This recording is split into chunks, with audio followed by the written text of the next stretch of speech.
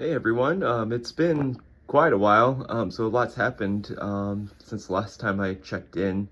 As you can see, the ship is right in the home stretch. We're almost done here. When I last left you, I had the secondary hull uh, actually epoxied together and it was curing, so pretty much everything that I've done since then has been painting. So I've got here we got the base coat that is a mix of sky and sky gray from Tamiya, about 50-50, a little more, maybe a percent or two of the sky gray, just so it wasn't too green, because the sky is a very, very greenish, sagey kind of tint. But the original Enterprise model had that great gray tint to it, so I think it came out great. I'm really, really, really stoked about how the base coat came together.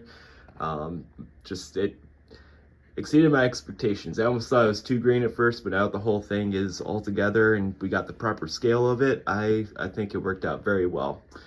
Along with that, I did a batch of weathering, which I tried to do pretty light, but I wanted it to be fairly noticeable so that, at least for the naked eye, you can at least get a decent look at it. I kind of like a little more weathered, like it's been on its 5-year mission, near the end of its 5-year mission. So I've got, let's see, I got the saucer section here. So I did the original kit from a while back, the one that had the grid lines etched into them.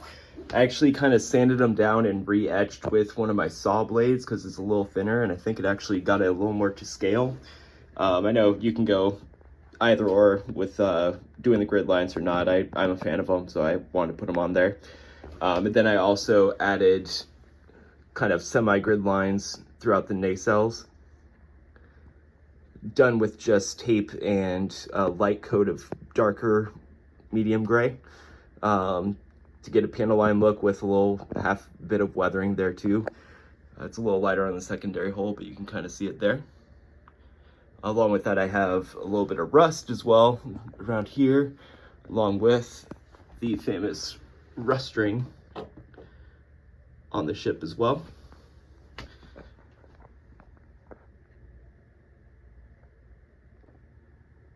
So along with the rust ring, I also have some very minor kind of weathering indentations on the grid lines as well. So you've got like kind of over here, you've got some kind of darker grays and lighter grays kind of done on certain sections just to kind of break it up as well.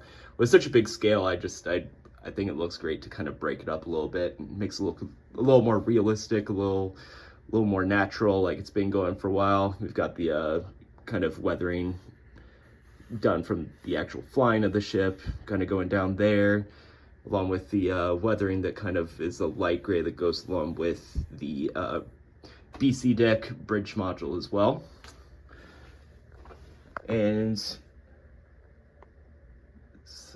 just a little bit on the pylons, just a little bit to break it up as well.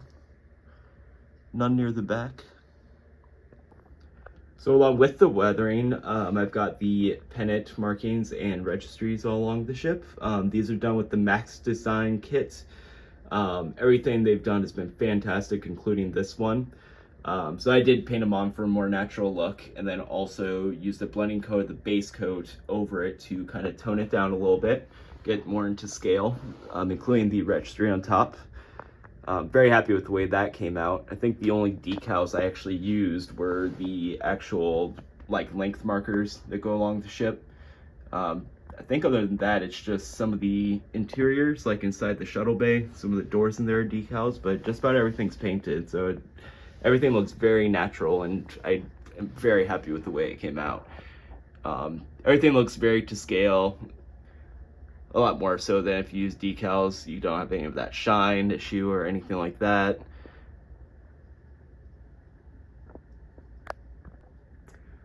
So along with the top, here I'll be very careful and show the bottom here.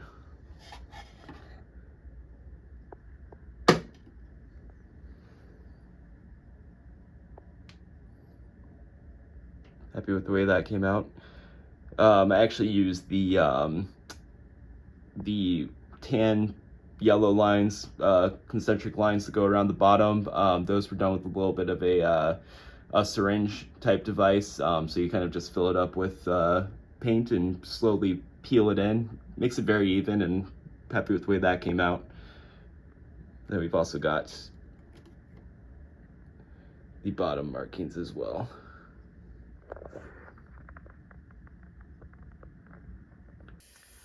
So along with everything on the ship, the things left to do are, for one, we've got the rotating Bussard collectors. So I actually went ahead and put a little dab of epoxy into the tube that connects it to the motor. That just seemed to work out the best, since it's the tube's very weird. It's kind of overly long, and it also breaks really easily, so I just used a little small dab of epoxy to put it together to kind of solidify it. It just seemed like the best thing to do, and you know, kind of make it last a lifetime for wherever it's on display. But I'm so stoked. Like, it's just, I can't imagine not doing the rotating Bussards. I know some people like solid state versions of this where you just have the lights that kind of mimic the spinning, but it's such an iconic part of the ship. I just can't imagine not doing it. It's just a lot of fun to actually have a for real motor actually in it, and honestly, it's not too loud. It doesn't bother me at all. I mean, there's a couple things you could do. So when I actually am going to put these in to their place on the engines, I'm going to probably seal that in with some sort of silicone to dampen sound. And then also all along the entirety inner tube of the nacelle, I put a bunch of foam in. With all that, I just can't imagine it would be so loud that it would be annoying. But as you can see, I did put up all the lights. All the windows are kind of a bluish tint. That's because the masks for them are still in, so they all kind of look blue. Those are, of course, I mean, just gotta pull out the masks. I'm gonna spray paint a few of them black. Like these ones are already that way. I started with those, but there's a few like here and here, some on the neck. You know, just random places have some blacked out windows. To probably the ones that are actually on the ship. Just kind of look at the Smithsonian one and see which ones are blocked out. Of course, got the light leak around the neck. Just gotta fill that in with some putty and probably just spray the base coat a little bit in there. That'll take pretty much no time at all. Yeah, other than that, there's just it just feels like there's a million things to do still, but there's just all the little nav light clear pieces. I've got the top of the bridge. That one I've got a clear and diffused white one. So the clear one, you can actually look into the bridge since I've detailed that. Or you could do the white diffuse one and make it look like the actual filming miniature. God, for me, I would just keep it open so you can see that. It's just, it looks so cool. Once the entire ship's together, the scale of it just really comes together, and it's just an incredible spaceship design. I can't get over it. I love it.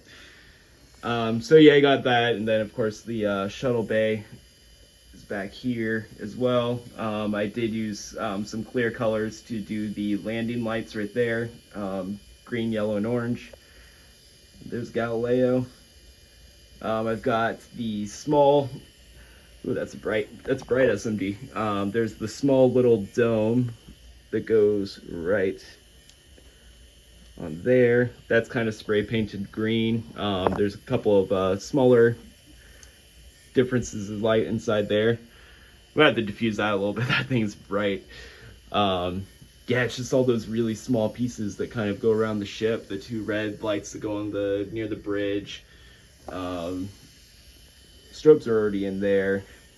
There's the three little lights that are right on top of the secondary hull as well. That's about it, though. It's been a ride.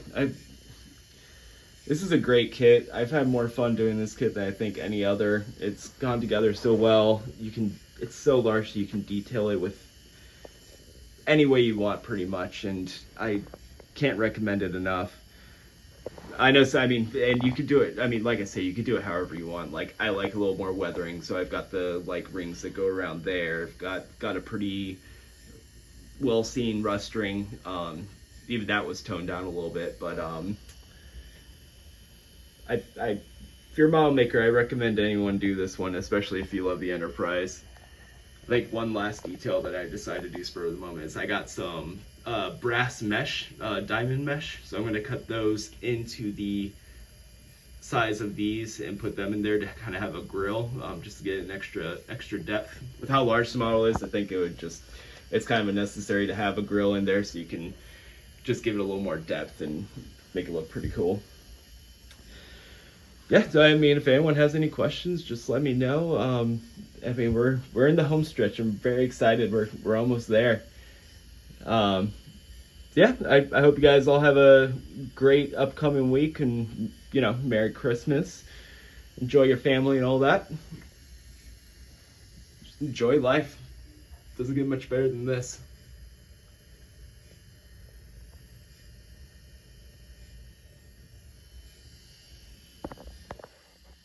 Thanks, guys. Have a good one.